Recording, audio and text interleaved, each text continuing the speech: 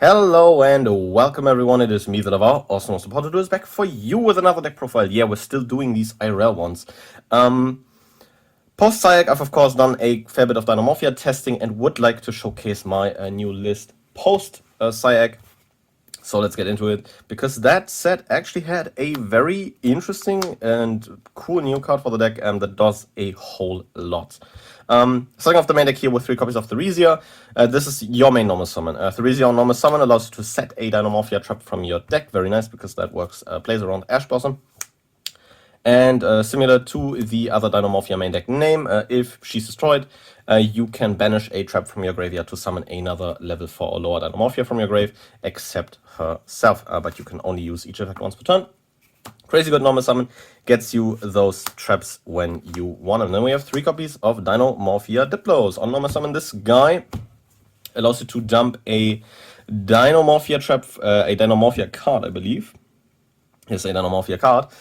From your deck to the graveyard, which is very nice. Allows you to get some traps into the graveyard to potentially banish off of Cantrigena, or to get some traps into the graveyard for their protection effects. And if this guy is destroyed by battle or card effect, you can summon a Dinomorphia monster that is level 4 or lower from your graveyard by banishing a trap, similar to Theresia. And also, similar to Theresia, this guy has like an effect. If your life points are 2000 or below, he will burn for 500, and Thesia will gain 500 attack points. I think people would get mad at me if I didn't point that out. You do have a bit of like flex space in this deck. I'm opting for like, 6 hand traps. These could be any you want, any that are good in your current format. I've had Ghost Ogres and Effect Veilers lying around like nothing else, so I'm playing these. But you could also, of course, play like the Ash, Droll, whatever's like good for you in that moment in those slots. Now we have 2 copies of a new card in Wannabe. You can discard this in your end phase, and then you can excavate cards from the top of your deck equal to the unused spell trap zones of your opponent, and you can set an excavated trap to your field. But it gets sent to the graveyard during the next end phase. The rest gets placed on the bottom, and Wannabe is of course once per turn. This is a really cool inclusion for trap decks. I've heard a bit of talk about this from Ava Lees on Twitter, specifically in Labyrinth, but I think it's also just as good in this, because going second in your opponent's end phase, you can just pitch this, set a trap, and even going first, this isn't like completely terrible, because you can still trigger it in end phase, get a trap, and that trap's live when you need it. So this definitely has some interesting theory behind it. And honestly, if you're like me and not spending, the $1 dimmadillion on the Pot of Prosperities, then I think that's a good replacement. 3 Fossil Dig, no-brainer, Rotor for dinos. You're playing dinos, so I'm maxing out on this again. Not only because I have the space, but also because I feel like you want to see like normal summons a bit more often nowadays. Yeah. 1 card by the grave against hand traps. You really don't want to get ashed on your domain, and this is like the best card to prevent that, barring playing Crossout Designator, for which you'd rather use the space for additional traps. Then getting into a very expensive trap lineup. We're playing 3 of your fusion trap in your first fusion trap in Dinomorphia domain. This during the main phase pays half your life points, and fusion summons a Dinomorphia fusion by sending materials from hand, deck, or field to the graveyard. And similar to all Dinomorphia normal traps, you can banish this from the graveyard, and when your opponent activates a card effect, and then you won't take effect damage for the rest of the turn. All Dinomorphia normal traps share that protection effect, so I probably won't mention it from now on. But yeah, main fusion trap.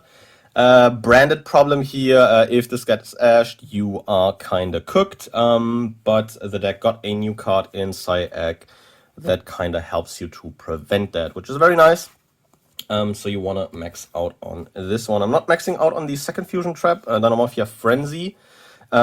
This lets you fusion by paying half your life points into a Dinomorphia fusion, and sends the fusion materials from extra deck and deck to the graveyard. So you can send one from the extra, one from your deck.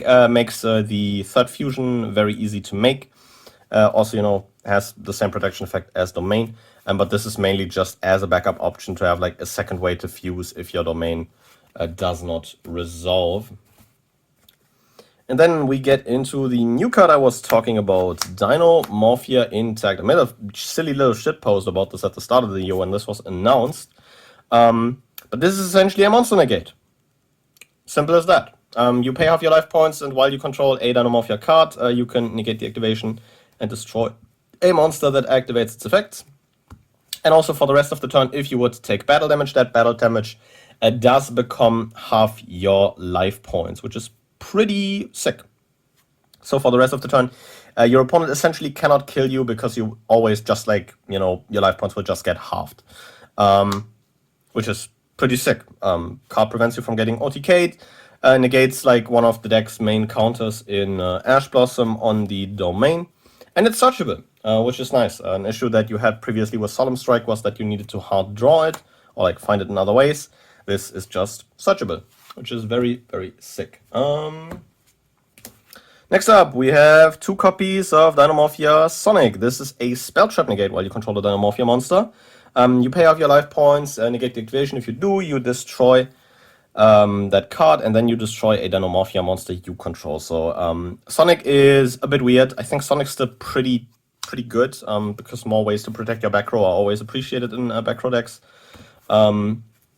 And the destruction can trigger your floating, which is cute, but you of course need like another name in graveyard for that.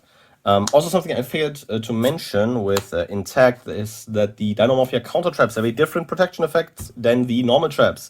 The counter traps allow you to, if your life points are 2000 or lower, if you would take battle damage, you can banish them from the graveyard and not take battle damage from that battle, which is pretty sick.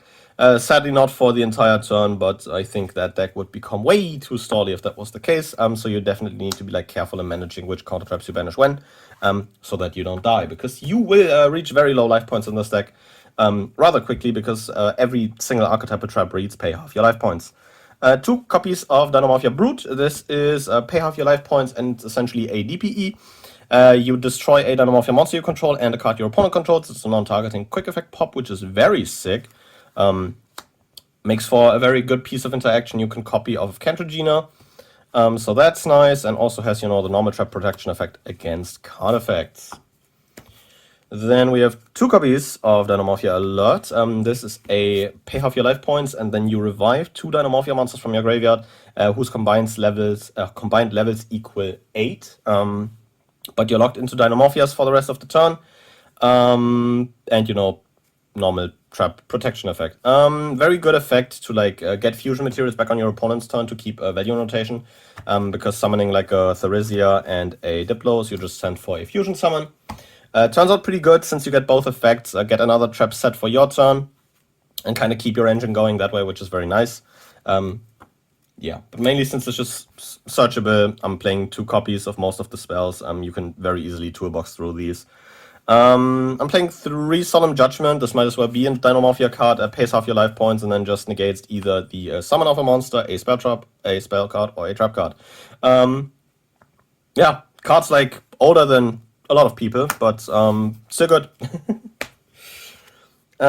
In terms of Solemns, still playing 3 Solemn Strike. I think this is maybe a bit cuttable by now.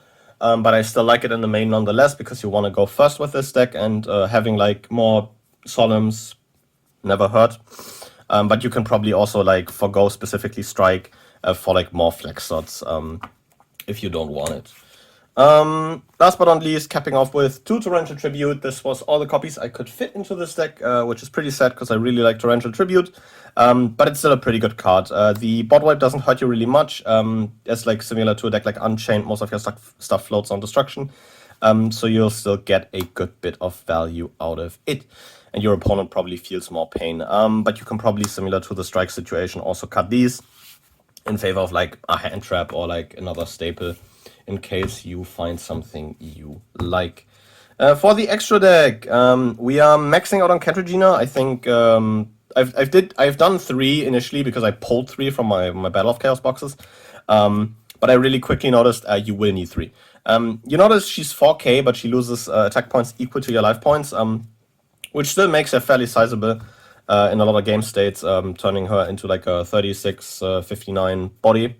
But the coolest part about her is that you can quick effect banish pay half your life points, banish a Dinomorphia normal trap from your graveyard, and then resolve that effect you just activated as that normal traps effect when it's activated. So you can, of course, copy like a Brute for like a Disruption, but you can also copy Domain for like another Fusion. You can copy Alert to, bring some monsters back. There's a good bit of utility in Contragina, and I think main reason why I really like this deck, because she as a boss monster is just very, very cool. And all of the fusions float, similar to the main deck monsters, but the fusions do not have to banish a trap when they float into a level 4 or lower Dinomorphia from your graveyard. Then I'm on 2 Stealth Burgier. I went up in ratio on this because of Frenzy. This makes it so that once you're below 2,000 life points, all of these take 2 Dinomorphias with different names, by the way. If you're below 2,000 life points, you don't have to pay for your trap cards or Dinomorphia card effects. And also, once per turn, you can, if your opponent activates a monster effect, burn your opponent for the attack of that monster. It's cute, and also, this floats into a level 4 lower Dinomorphia. Pretty neat, maybe closes out a game or two, but mainly the second copy is here to banish off a Frenzy, because you don't want to take like a Contragina out of rotation. Then we have this guy that is here just so that no one can fault me for not playing him, but this guy is boring because he's a walking VFD, so let's move on. I'm side decking Super Poly in this deck, so here are some Super Poly targets. If you don't want to side Super Poly because it's bad in the current format, which I believe so, because there's not a whole lot of decks you can Super Poly stuff from, cut these, play like Dark, Unicorn, Access Code, and you're good to go. Or maybe even some Rank Force or whatever you find like useful in the deck. On the topic of Rank Force, we're playing both Evils are Rank Force since we're playing a dinosaur deck. Dog has 2 monster negates, not even once per turn, that boy. And Lagia is a walking Solemn Judgment. Pretty crazy. So, you might want to include these. And for the rest of the deck, we are playing more Rank Force. We're playing a Utopia package to deal with the big idiots, a Tornado Dragon against Backrow, and a Castle for some additional monster removal. But you could, of course, also swap out like a Castle for an Abyss Dwell. I think the actual deck is fairly flexible post your initial Dinomorphia names. Which you could probably even make a case for like a second Rexsturm. But after that, like the next like 7 to 8 slots are incredibly flexible. So with that out of the way, this was my Dinomorphia deck as as it is right now. Let me know in the comments down below what you think of this deck profile and what kind of changes you have made to the deck. I think Wannabe has some interesting theory behind it. Especially since it's very good to like help trap decks a bit more going second, since you get a trap and can then already use that trap if you are on that second turn.